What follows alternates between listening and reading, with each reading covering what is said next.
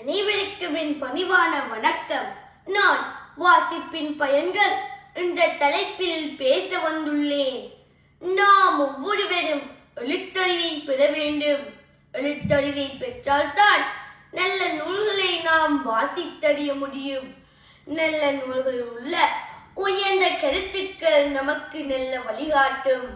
நம்மை அறிவுலகத்துக்கு அழைத்துச் செல்வது நூல்களே. எழுத்தறிவு பெறாதவர்கள் நல்ல நூல்களை வாசித்தறிய முடியாது. நூல்களை வாசித்தறிய முடியாத மாந்ததாக இருந்தாலும் மரத்துக்கே ஒப்பாவர். நாம் கேட்க தகுந்த நூல்களை குற்றமற கேட்க வேண்டும். கற்ற பின் அந்த நூல்களில் சொல்லப்பட்ட நல்ல வழியில் நாம் வாழ வேண்டும்.